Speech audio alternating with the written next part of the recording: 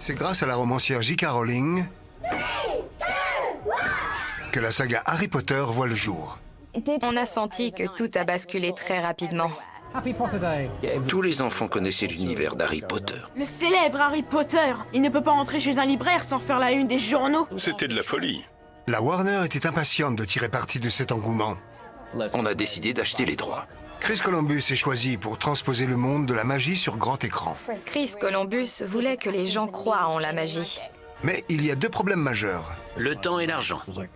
On nous reprochait d'être hors budget alors que leurs estimations n'étaient pas bonnes. On n'était jamais dans les clous. On était pris en étau. Les dates de sortie ne bougeraient pas. Il va leur falloir un peu de magie Quand on s'est retrouvé face au mur, c'était compliqué. et beaucoup de travail. Je ne sais pas comment il a fait, je n'aurais pas tenu le coup à sa place. Mais la grande question est de savoir si le public va être conquis. On a demandé à couper les scènes de Peeves. La magie opérera-t-elle? C'est très difficile à évaluer. C'est du hasard.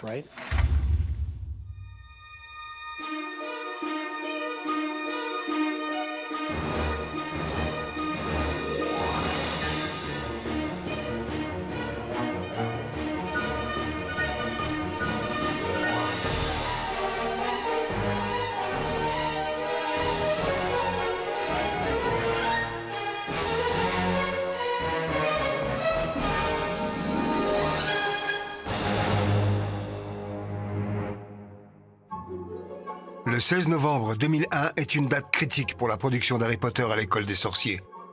Ils avaient un retard colossal. Ça n'a pas été de tout repos. S'ils veulent avoir une chance de finir à temps, le réalisateur Chris Columbus va devoir prendre des mesures drastiques. Chris Columbus a passé les 3 dernières semaines de la production du film à faire du montage, parce qu'il manquait de temps. Jeunes gens, s'il vous plaît, pas d'affolement. Chris Columbus laisse les rênes du tournage à Peter MacDonald, en qui il a confiance. Chris m'a confié le tournage pendant quelques semaines. Chris l'adorait. Il allait au-devant des attentes de Chris. Peter se retrouve à filmer un moment emblématique de la saga. J'ai commencé par tourner les scènes de cette fameuse plateforme. Voie numéro 9, 3/4. La plateforme 9 3/4, c'était une vraie station de train en service. À chaque fois qu'on commençait à filmer, on entendait les annonces de départ et d'arrivée de la station. Ça n'a pas été simple. C'est un moment clé de l'histoire d'Harry Potter. C'était une sacrée responsabilité, mais je n'en étais pas à mon premier rodéo. Il connaissait son métier, il n'avait rien à prouver, ça lui tenait à cœur de filmer ces scènes. Peter MacDonald prend la suite de Robert Legato en tant que réalisateur deuxième équipe, suite au retour précipité de celui-ci à Los Angeles. Il s'était mis tout le monde à dos, sans exception. Robert est également superviseur d'effets spéciaux visuels. C'est à lui que revient la tâche de monter la scène du match de Quidditch. Angoissé, Harry? Oui, un peu. On manquait de main-d'œuvre en Angleterre pour réaliser l'étape de prévisualisation. Alors on l'a terminé aux États-Unis. Il est difficile d'estimer la durée d'un travail de cette ampleur. C'est très variable. Parfois on voit juste, parfois on se trompe. C'est la roulette russe. Difficile d'anticiper les réactions des enfants aux projections test. La prévisualisation de cette séquence ne les a pas impressionnés, mais le montage final avec Harry Potter fut un succès. On n'avait jamais vu un tel engouement sur une projection test. C'est une très bonne nouvelle pour le studio. Au vu des retours positifs des projections test, le studio a donné son feu vert pour le deuxième. Qui fait ça? Qui commande la suite d'un film avant même de savoir combien il va rapporter? C'était osé. Il se pourrait bien que Chris Columbus ne puisse pas prendre de vacances avant un long moment. Chris a tourné pendant 300 jours non-stop. Les dates de sortie ne sont pas les seuls impératifs de Chris Columbus. C'est pas tous les jours que votre petit protégé fête ses 11 ans. Il fallait filmer la suite avant qu'il ne devienne adulte, sinon il ne serait pas crédible, même à 17 ans. C'est une course contre la montre qui commence. Il était en train de terminer le premier film. Et en parallèle, Ils ont lancé la pré-production du deuxième. D'un point de vue technique, cela signifiait que tous les postes de production, du tournage au montage, fonctionnaient en continu. Ça mettait une pression énorme à tous les niveaux. les vacances vont devoir attendre car une nouvelle année de tournage attend l'équipe. Tu es fichu. Chris Columbus avait une pression énorme sur ce projet. Peu importe ce qu'on en dit, finalement tout reposait sur lui. Le moindre défaut lui serait imputé. Les studios contactent en renfort le scénariste Steve Kloves pour démarrer l'adaptation de La Chambre des secrets. Dans l'attente de l'aval de la production, le script était prêt. L'univers est présenté. Le deuxième film peut faire son entrée. On est chez nous. Dans La Chambre des secrets, Ginny trouve un livre. C'est le journal de Tom Jedusor. Harry va devoir la sauver du basilic qui pétrifie ses victimes en pierre. Le script doit refléter l'évolution du livre. La Chambre des secrets nous dévoile le côté sombre de cet univers. C'est écrit avec du sang. La chambre des secrets avait été ouverte. Il y avait du sang et des méchants. L'ambiance du film se voulait plus inquiétante. Chris voulait plus de ténèbres et de danger. Ce deuxième volet devait s'inscrire dans la continuité du premier, tout en faisant monter la tension d'un cran. Adieu, ami de Hagrid. Le studio craignait qu'il en fasse trop. Chris avait promis que ça ne serait pas trop effrayant pour les enfants. Le film n'allait pas être classé tout public, mais le studio voulait obtenir une certification assez large. Chris voulait aller toujours plus loin. Vous rendez-vous compte à quel point c'est grave? Ne nous emballons pas. Le premier film n'est pas encore sorti et la séquence de Quidditch donne du fil à retordre à Robert Legato. D'habitude, je m'occupais de l'éclairage. Avec mes années d'expérience, je repérais d'instinct les réglages nécessaires. Mais comme j'étais aux États-Unis, quelqu'un d'autre a tourné la séquence à ma place et le soleil n'a pas été placé au bon endroit. J'ai reçu beaucoup de critiques sur des erreurs que je n'aurais pas faites en temps normal. C'est une charge colossale pour un seul homme et une seule société. Mon rôle consistait à identifier quelles tâches pouvaient être réalisées au Royaume-Uni. Il y avait de quoi faire. Peu à peu, j'ai augmenté les volumes de travail. On réalisait de plus en plus de tâches au Royaume-Uni. J.K. Rowling souhaite privilégier l'Angleterre qui va leur connaître un véritable essor dans le domaine des effets spéciaux. Les petites entreprises anglaises ont pris le relais sur certains éléments, comme la création du vif d'or. Harry Potter a attrapé le vif d'or! À l'époque, c'était une industrie naissante au Royaume-Uni. Tous les grands spécialistes des effets spéciaux se trouvaient outre-Atlantique, aux États-Unis. Les petites entreprises anglaises y ont vu l'opportunité de se faire une place. Elles se sont développées et ont essayé d'augmenter leur volume de travail. Mais à part Harry Potter, peu d'offres leur parvenaient. Hollywood ne déléguait pas beaucoup. Quel est ce maléfice? Elles étaient moins efficaces car c'était nouveau pour elles. C'est le producteur David Heyman, qui avait présenté Harry Potter à la Warner, qui va mettre en avant les qualités de l'industrie des effets spéciaux britanniques. David Heyman, avec sa société de production Heyday, va souligner un élément déterminant.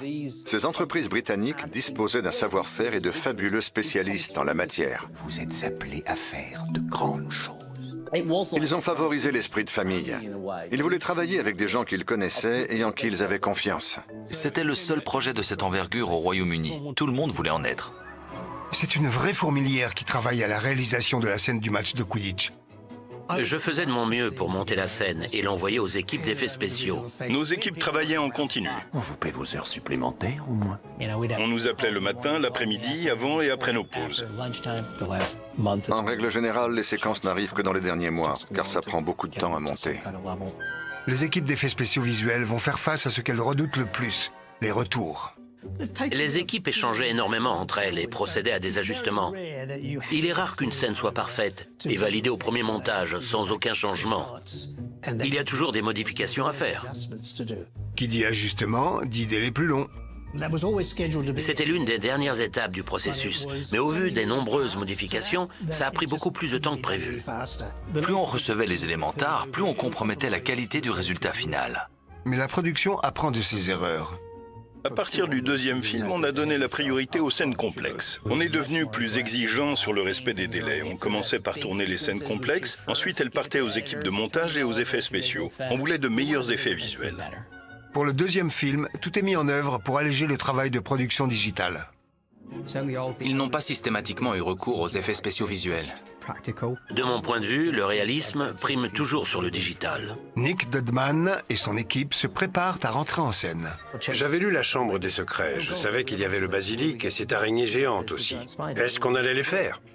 La question est toujours la même. Qu'est-ce qui est plus simple? J'ai donc argumenté que ça coûterait bien moins cher de fabriquer de vraies créatures. C'est Aragog qui ouvre le bal des créations fantastiques. La magie opère désormais en pré-production. Il nous avait également confié la conception de la tête du basilic afin qu'Harry puisse tourner avec. L'araignée géante, c'était déjà un projet colossal. À cela s'ajoutent plein d'autres éléments, mais on était ravis. Pendant que Nick Dudman se met au travail sur le deuxième film, Robert Legato tente de boucler le premier à temps, alors que la date approche à grands pas.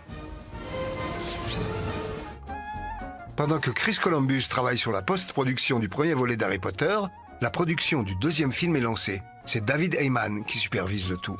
David était sur le pont 24 heures sur 24. Il échangeait régulièrement avec J.K. Rowling. On se référait toujours au livre quand on avait un doute sur une scène. Et si on ne trouvait pas la réponse, on appelait l'auteur du livre en personne. Harry Potter à l'école des sorciers se termine et le casting de la Chambre des secrets s'accélère. Gilderoy Lockhart. C'est horrible à dire, j'en ai honte, mais je vais le dire quand même. Le personnage de Gilderoy Lockhart était un tombeur. Il plaît beaucoup à maman. Mais quand vous avez 11 ans, Kenneth Branagh n'a rien d'un tombeur. Donc j'étais un peu déçue. Pardon? Mais maintenant, je comprends mieux ce qu'il voulait dire. C'est évident. Qu'en est-il du personnage de Lucius Malfoy? On se rencontre enfin. Il était parfait. Il correspondait tout à fait à l'image que l'on se faisait de Lucius Malfoy. Vous devez être très courageux pour oser dire son nom. Alors que de nouvelles têtes font leur apparition dans le deuxième film, un membre de l'équipe de tournage quitte l'aventure.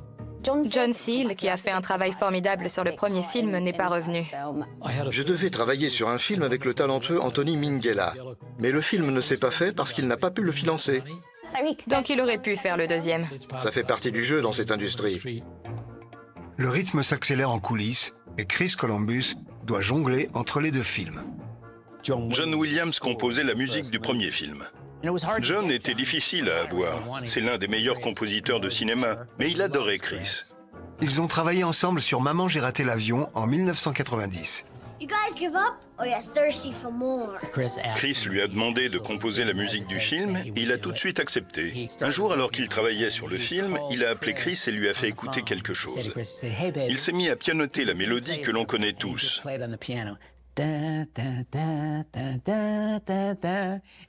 Chris était bluffé. Il avait vu juste. Tout le monde sait que c'est Harry Potter. John Williams s'est engagé. Le plus dur est fait. On lui a fourni une première version du film pour qu'il travaille dessus. Mais il y aura des ajustements. Il y a toujours des modifications.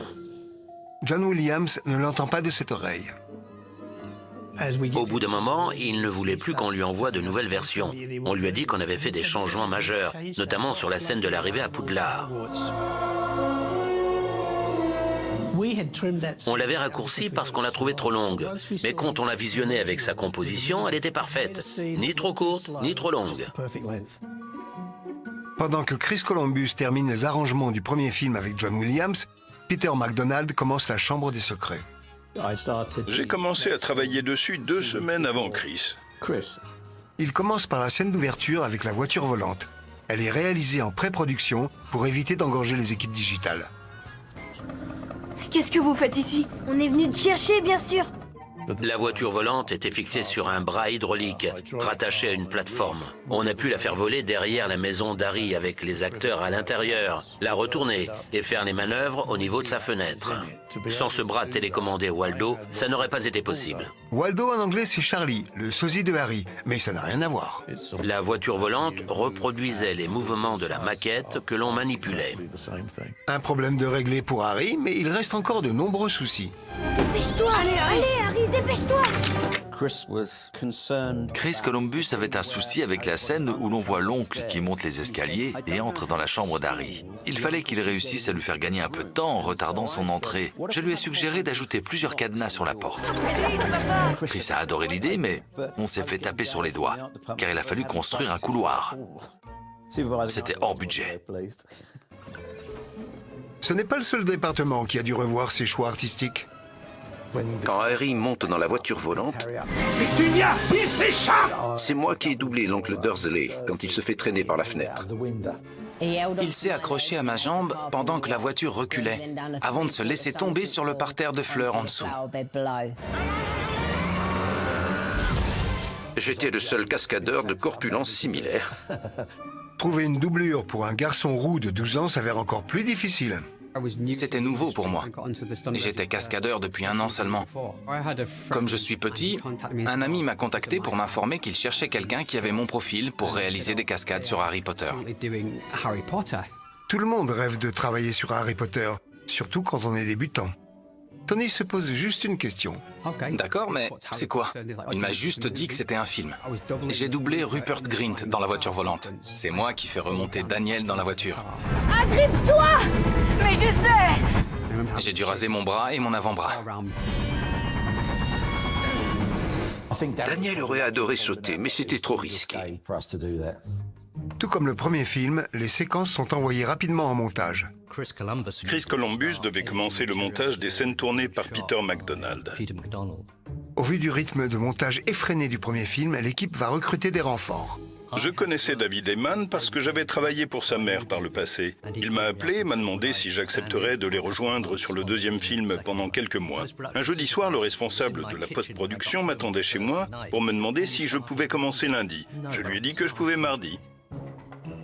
Alors que tout le monde s'est habitué à la charge de travail, Mick est impressionné que son nouveau responsable ait tenu la cadence. Je ne sais pas comment il a tenu. J'aurais craqué bien avant lui à sa place.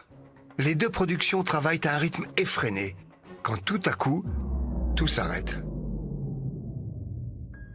Les studios étaient vides. On se demandait où ils étaient tous partis. Le responsable de la post-production est venu nous voir pour nous prévenir qu'il s'était passé quelque chose de grave à la télévision. Ils étaient en train de regarder une scène qui semblait digne d'un film. On y voyait un avion qui percutait un bâtiment. Les images étaient diffusées en direct.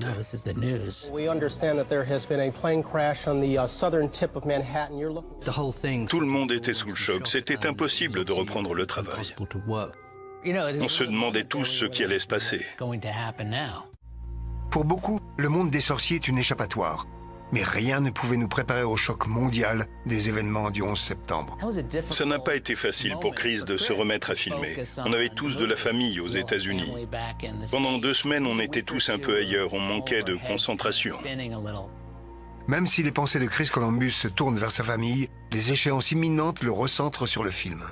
Le fait de devoir gérer autant de choses, terminer le premier film, tourner et monter La Chambre des secrets, a permis de nous déconnecter de la tragique réalité des événements du moment. Ça nous a vraiment aidé de faire partie d'un groupe qui partageait le même sentiment de désarroi. Plus que jamais, le monde a besoin de magie. Mais l'adaptation du roman de J.K. Rowling sur un grand écran demande certains sacrifices. Une décision en particulier va être très critiquée. J'ai su que les scènes de Peeves avaient été coupées 1 semaine avant la première. C'est Rick Mayol qui tenait le rôle. Il est hilarant. C'est pas faute d'essayer. Chris voulait garder les scènes de ce personnage, mais c'était une coupe qu'on pouvait se permettre, car elle n'impactait pas vraiment l'intrigue du film. Mais il n'en faut pas plus pour convaincre une équipe déjà bien occupée. Les essais pour les effets fantomatiques commençaient à impacter fortement le budget. C'était avant tout une question de budget. Les fans pourront se consoler avec les livres et espérer voir les scènes coupées. On voulait voir les scènes de Peeves. Fin de l'histoire. Peeves n'est pas le seul personnage à avoir été coupé au montage par Richard. Chris est un fan absolu de Bruce Springsteen. Ils s'étaient rencontrés à maintes reprises et étaient devenus amis. Bruce Springsteen avait lu le livre à son fils et avait écrit une chanson. Chris voulait la mettre à la fin du film.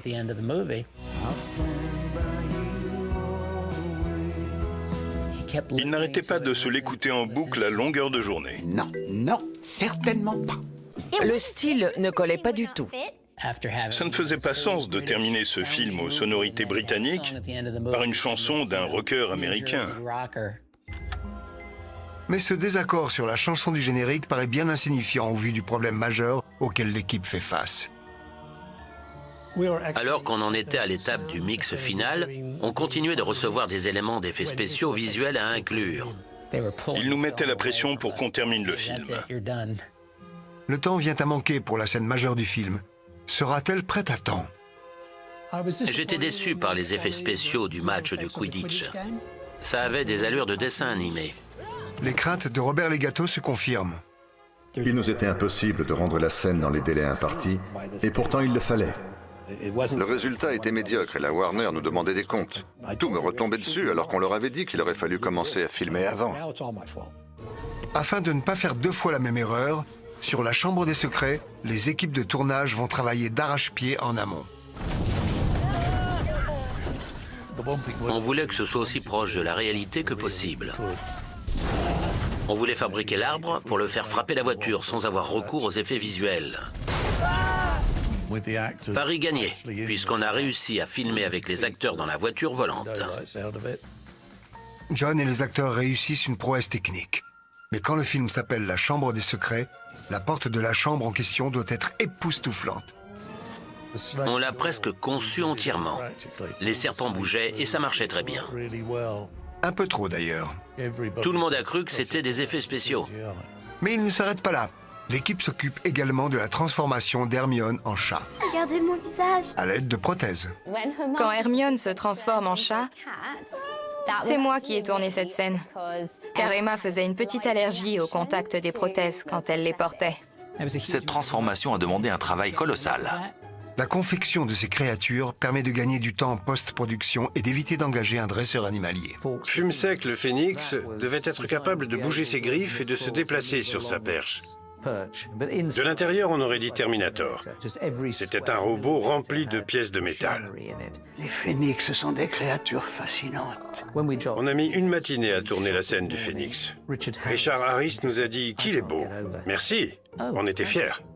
Mais le compliment n'est pas destiné à Nick Dudman. Il nous a demandé d'où il venait. Je lui ai dit que c'était un robot. Je vous demande pardon. Je ne peux pas vous répéter mot pour mot ce qu'il a dit, mais il était épaté. Quand je lui ai dit que le phénix était télécommandé par une équipe en coulisses, il n'en revenait pas. Je ne te crois pas. Il pensait que c'était un vrai oiseau. Si certaines créations sont de francs succès, les images de synthèse prennent le relais sur d'autres créatures. Dobby est plus qu'affligé, monsieur. Au début, Dobby ne devait pas être réalisé en CGI, ça devait être une marionnette. Il était déjà prêt dans nos ateliers, c'était une marionnette en silicone. Son format n'était pas très pratique. Dobby allait devoir être porté dans certaines scènes et ça allait poser problème. Alors que la Chambre des secrets avance bien, Harry Potter à l'école des sorciers est toujours en post-production. On était relativement hors délai. À quelques jours de la première, les scènes du match de Quidditch sont toujours en train d'être montées. John doit commencer l'étalonnage. Je suis resté dans un hôtel à l'aéroport pendant 3 semaines. Je leur ai dit de m'appeler dès que les séquences étaient prêtes. La première qui approche tient la post-production en haleine. On n'est pas en avance. Faut qu'on y aille. Ils m'ont appelé à 3 heures du matin et je me suis mis à travailler. John doit travailler vite car le film doit être étalonné avant de pouvoir être diffusé. Elle nous tuera plus vite. Oh, maintenant, je peux me détendre? On s'y est mis tout de suite, car on n'avait que 3 jours. On a réussi à le livrer dans les temps en travaillant 24 heures sur 24. C'est un pari osé, puisque le deuxième film est déjà en cours de production et le reste de la saga est en cours d'écriture. Quand on a tourné La Chambre des secrets, il n'existait que 4 livres. À chaque fois, on devait attendre la sortie du suivant. Le succès n'était pas assuré. Ce n'est qu'une question de temps. La première s'est faite à Londres. Tout le monde était ravi. L'ambiance était dingue. C'est également une première pour nos jeunes acteurs. On est resté coincé dans les bouchons à notre arrivée à Londres à cause des 20 000 personnes qui se trouvaient sur la place Leicester et qui bloquaient les rues. Et quand on est sorti de la voiture, les gens nous appelaient et criaient nos noms. Ils hurlaient. Comme si on était les Beatles. La magie avait opéré. Je regardais Daniel. Il était fasciné. Il n'en revenait pas. C'était génial. Les places sont attribuées de manière quelque peu discutable. À la première, on était très mal placés. Ça en disait long sur ce que les gens pensaient de nous. Ce n'est pas été facile à supporter. Je ne pense pas avoir gagné la sympathie de beaucoup de personnes quand ça s'est terminé.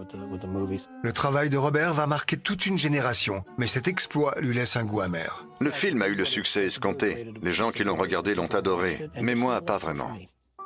D'autres en gardent de meilleurs souvenirs. C'est le dernier film que mon père a regardé avant sa mort. Mais j'étais fier que ce soit le dernier projet qu'il ait vu de moi. Les Dudman ne sont pas les seuls à tomber sous le charme d'Harry Potter. Il a récolté $1 milliard. C'était un bel exploit. Avec le film diffusé en salle, la Warner peut enfin respirer. Ils avaient dépensé tellement d'argent qu'ils voulaient le récupérer aussi vite que possible. Si le premier film marchait, les studios n'allaient pas s'arrêter là. Ils comptaient bien tirer profit de la série pendant plusieurs années. La pression était encore plus forte sur le deuxième. Les studios avaient de grandes attentes. L'objectif n'est plus de réussir un film, mais de faire une franchise à succès. On a repris dès le lendemain. On n'a eu aucune vacance, pour ainsi dire. Chris Columbus reprend les rênes de la production et il est attendu par une foule d'enfants dans la grande salle. Il y avait des centaines d'enfons. Il nous disait « on tourne le déjeuner et ensuite le match de Quidditch, alors on se réveille ». Chris Columbus était très doué pour tourner avec les enfants. Bonjour Harry. Il arrivait à obtenir des scènes naturelles en les filmant à leur insu. Chris Columbus va prendre un grand risque. Avec 400 enfants dans la grande salle, ça devenait parfois bruyant. C'est dans cette ambiance que Chris Columbus fait le pari osé de faire voler un animal vivant. Ron, c'est ton hibou.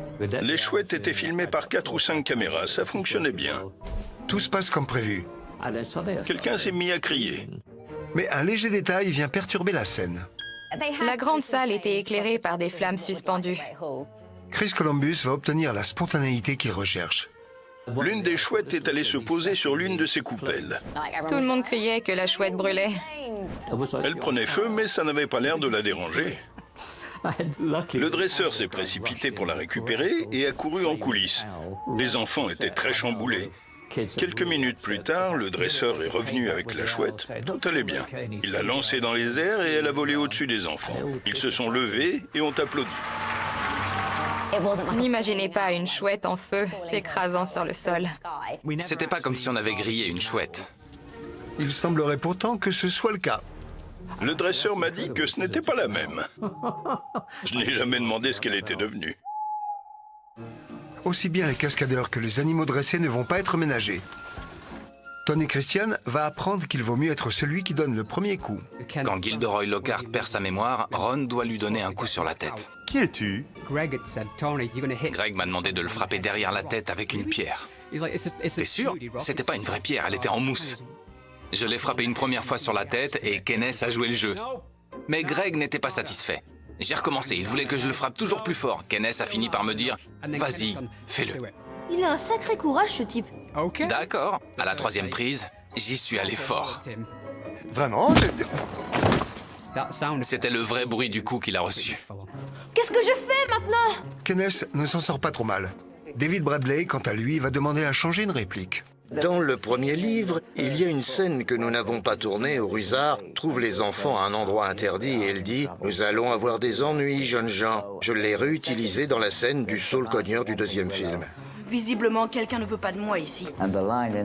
À l'origine, je devais dire « Vous allez être collés ». Et j'ai demandé à Chris si je pouvais dire la réplique que nous n'avions pas utilisée dans le premier film, parce qu'elle me plaisait beaucoup.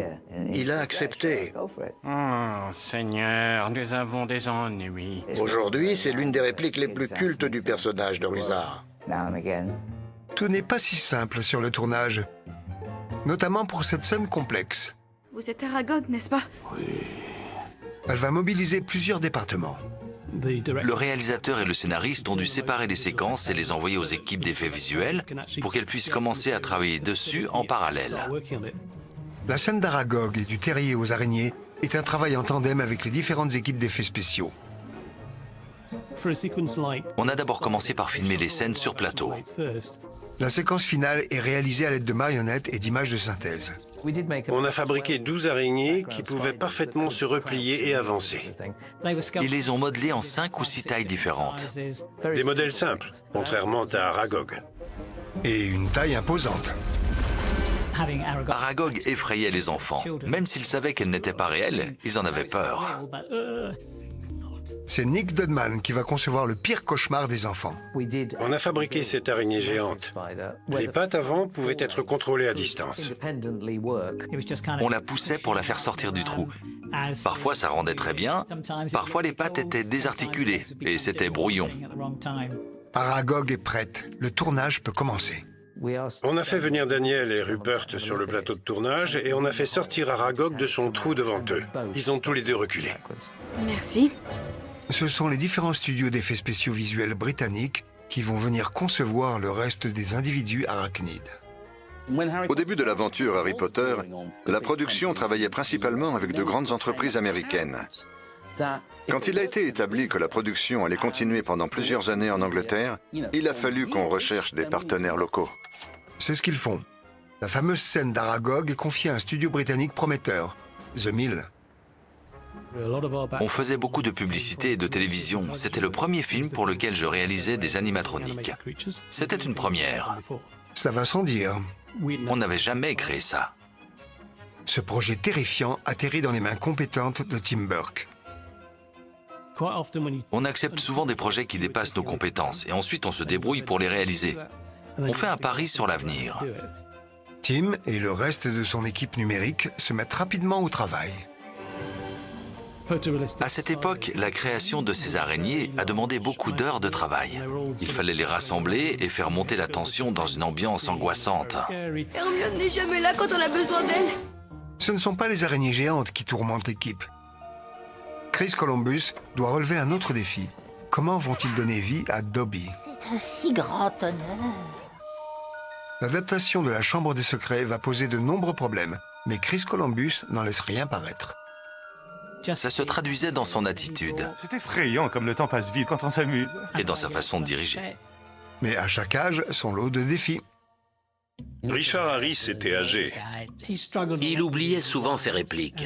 Je me rappelle qu'un jour, Daniel lui a proposé de répéter leur scène ensemble. Je tiens à te dire un grand merci. Il n'avait que 11 ans. Richard Harris en impressionne plus d'un. J'étais pétrifié. Évidemment, j'avais entendu parler de ses déboires sur la scène théâtrale londonienne. Je me sentais pas légitime de lui adresser la parole.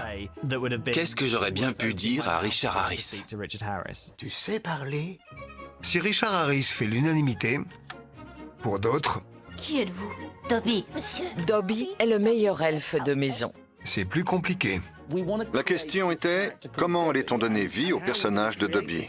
Je suis sûr qu'un tas de gens peuvent le faire. Quand le projet de la marionnette de Nick Dodman tombe à l'eau, Il était déjà prêt dans nos ateliers. l'équipe digitale prend le relais. Pour Dobby, ils ont fait appel à ILM, qui était la référence à l'époque. C'est ILM, la société de George Lucas, qui l'a créé. C'est une déception pour les studios anglais, mais son design est tout de même conçu au Royaume-Uni. Plusieurs dessinateurs travaillaient sur le personnage de Dobby. Ils ont eu beaucoup de mal à statuer sur l'allure de ses oreilles. Oh, c'est difficile, monsieur. Heureusement, l'inspiration est au rendez-vous. C'est Max, le chien de notre responsable, la mascotte de l'équipe de direction artistique, qui nous a inspirés avec ses oreilles tombantes. C'était ce qu'il nous fallait. En effet, oui, monsieur. La décision finale ne dépend pas que de Chris Columbus. Le réalisateur soumet les propositions à J.K. Rowling en personne. Chris était admiratif du travail de J.K. Rowling. Il n'avait aucune obligation de valider ses décisions avec elle. C'était lui qui le voulait. Il souhaitait avoir son aval car c'était un grand fan du livre. Bien qu'ILM donne vie à Dobby, la marionnette de Nick ne restera pas au placard. La marionnette a permis aux équipes d'effets visuels d'étudier les jeux de lumière. Comme ils passent leur temps derrière un ordinateur, ça leur a été d'une aide précieuse. Ils ont gagné beaucoup de temps. Le basilic est un autre exemple de collaboration entre les équipes. Chris voulait que Daniel puisse tourner avec une créature en face de lui. On a donc récupéré le corps d'Aragog et on l'a transformé en un basilic de 9 mètres. Quand il se redresse, il mesure près de 5 mètres de haut. Daniel le trouvait effrayant. Il espérait que l'équipe de techniciens qui contrôlait cette gueule remplie de crocs qui le poursuivaient serait en mesure de l'arrêter à temps. La marionnette en elle-même était impressionnante. Heureusement pour les acteurs, les cascadeurs sont toujours prêts à prendre la relève. David Holmes doublait Dan et je doublais Rupert. La production fait une requête inhabituelle aux cascadeurs. Elle leur demande de foncer dans un mur en briques. Le mur n'était pas factice, il était bien réel. Allons-y. Greg Powell nous a dit à moi et à Tony de courir aussi vite que possible et d'essayer de ne rien se casser. D'un côté, Chris Columbus materne ses jeunes protégés. De l'autre, Greg Powell, le coordinateur de cascade, opte pour une approche pure entre-dedans. Il fumait un cigare et il nous a juste dit « ça va faire mal ». Donc on a couru et on a fini dans les caddies. C'est tout ce qu'il nous a dit. Suite au premier film, David et Daniel deviennent très proches, tout comme David et Greg des années auparavant. David a commencé à travailler avec moi très jeune. C'était toujours un enfant quand il a commencé sur Harry Potter. David et Greg étaient très proches, un peu comme le fils qu'il n'avait jamais eu. Greg était mon premier coordinateur de cascade. C'est lui qui m'a fait rentrer dans le milieu. Je le considère comme ma famille. Il incarnait autant Harry Potter que Daniel, parce qu'ils faisaient le même travail. David exécute des scènes risquées que les acteurs voudraient parfois effectuer eux-mêmes. On a peur, Potter. Tu aimerais bien. Pour le duel de sorciers, Tom Felton a insisté pour faire lui-même la cascade. Rictus Sempra! C'était une cascade assez complexe. Même s'il veut faire bonne impression, une cascade à l'aide d'un câble n'est pas une chose à prendre à la légère. Je déteste faire ça. La vie de cette personne ne tient littéralement qu'à un fil. Il faut toujours être prudent. Qui plus est, cette cascade est l'une des plus dangereuses. Le principal risque était que le câble s'entortille autour de son cou. Ça pouvait vraiment mal finir. On ne voulait prendre aucun risque. La sécurité passait avant tout. C'était une cascade trop complexe pour Tom. Pas de cascade pour Tom Felton. Tu dois être content, hein, Potter? C'est David Holmes qui a réalisé cette cascade avec brio. C'était pas gagné. Il ne fallait pas que je percute Alan Rickman pendant mon saut. C'était une bonne cascade. Les dangers n'arrivent pas que sur les plateaux. Je me souviens qu'on avait fait installer un terrain de basket. On y jouait pendant les pauses repas. Ce tournage avait des allures de colonie de vacances. Mais des professionnels du grand écran n'ont rien de basketteurs professionnels. C'était une bonne idée, mais il y a eu toute une série d'incidents. Un jour, quelqu'un s'est déboîté l'épaule en jouant, et j'ai dû la lui remettre en place sur le terrain. C'était visuel et sonore. Écartez-vous, il aurait fallu tout de suite me l'amener. Dès le début, Chris a encouragé ce genre d'initiative. Il voulait créer ce sentiment d'unité, comme une sorte d'équipe ou de grande famille. Il ne voulait pas que ce soit juste du travail. Mais sa famille commence à trouver le temps long. Les 300 jours de tournage l'avaient exténué. Sa femme et ses 4 enfants appréciaient leur vie à Londres, mais ils commençaient à avoir le mal du pays. Ils voulaient rentrer. La suite des tournages se compte en mois, voire en années. On a enchaîné les 2 premiers films à la suite, sans pause. Cet agenda n'est pas dicté par les studios, mais par les hormones. Il fallait filmer rapidement. Ils n'ont pas le choix. Il y avait des bruits de couloir. Il réfléchissait à arrêter après le deuxième. Chris doit décider s'il quitte l'aventure ou non et n'a pas beaucoup de temps pour le faire. Ce ne sont pas nos aptitudes qui montrent ce que nous sommes, ce sont nos choix. Octobre 2002. Alors que le tournage vient d'être bouclé pour La Chambre des Secrets, l'équipe et les acteurs vont recevoir de mauvaises nouvelles. C'était Richard Harris. Il m'invitait à le rejoindre au bar de l'hôtel Savoy. Donc j'y suis allé, et quand je suis arrivé, le barman m'a dit que les secours étaient venus le chercher. Apparemment, il serait sorti sur un brancard, et comme une foule commençait à se former, il s'est redressé et leur a dit que c'était une intoxication alimentaire. C'est original comme phrase d'adieu. Chris est allé le voir à l'hôpital. Richard est diagnostiqué d'un lymphome de Hodgkin. Tout comme Dumbledore, il reste optimiste. Chris s'est souvenu que Richard tenait à son rôle. Il insistait, disant qu'il irait mieux. En sortant, Richard lui lance « Ne me remplace pas !» Je pense que ce sont les dernières paroles que Chris a entendues de Richard Harris. Richard Harris décède le 25 octobre 2002 à l'âge de 72 ans. C'était une triste nouvelle, mais on savait qu'il était fragile. Vous savez, monsieur, je n'ai pas pu m'empêcher de remarquer certaines choses. Ce n'était un secret pour personne. Avec Richard, il fallait prendre des pincettes.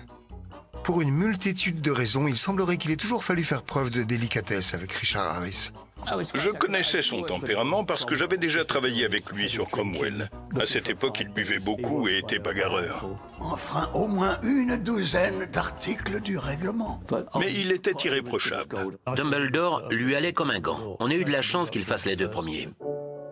Richard Harris décède 9 jours seulement avant la première. Son absence laisse un grand vide. David Heyman a remercié Richard Harris. Il lui a dit qu'il resterait Dumbledore dans nos mémoires. Un grand merci. La première est un hommage à Richard Harris et permet aux jeunes acteurs de faire leur entrée sur le tapis rouge. Tout le monde nous connaissait parce qu'il connaissait les films et les personnages. On était devenus célèbres. La renommée est une amie infidèle, Harry. Beaucoup de gens sont allés voir le film en se demandant s'il était fidèle au livre. Pas question que tu viennes tout gâcher. Les critiques étaient bonnes. Il cartonnait au box-office. Harry Potter et la Chambre des Secrets devient la poule aux œufs d'or de la Warner.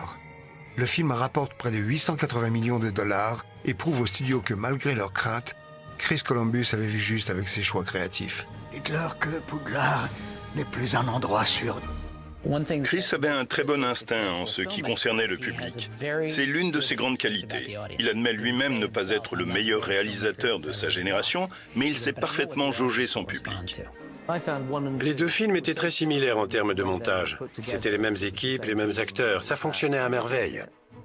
Cette brillante équipe est sur le point de se fracturer. Le conseil d'administration a jugé qu'il était temps que vous passiez la main. Les producteurs voulaient enchaîner avec le troisième film. Une fois de plus, il n'y aurait pas eu de pause. Personne ne peut tenir un tel rythme sur la durée. Poursuivre l'aventure implique 1 à 10 ans de travail. Quand on a commencé le projet, je pense qu'il envisageait d'adapter les 7 livres, mais il avait besoin de faire une pause. Mais il y a un problème de taille. La puberté. Au grand regret de tous, la puberté n'attend personne. Il était exténué. Il ne pouvait plus continuer. Adapter Harry Potter sans Chris Columbus inquiète les studios qui arrivent à un compromis avec le réalisateur. Les bruits couraient qu'il resterait en tant que producteur. Il est donc passé producteur. Il ne reste plus qu'à régler 2 problèmes. Un nouveau réalisateur. Et un nouveau Dumbledore. Bienvenue pour une nouvelle année à Poudlard. Une chose est sûre, il y aura du changement à Poudlard.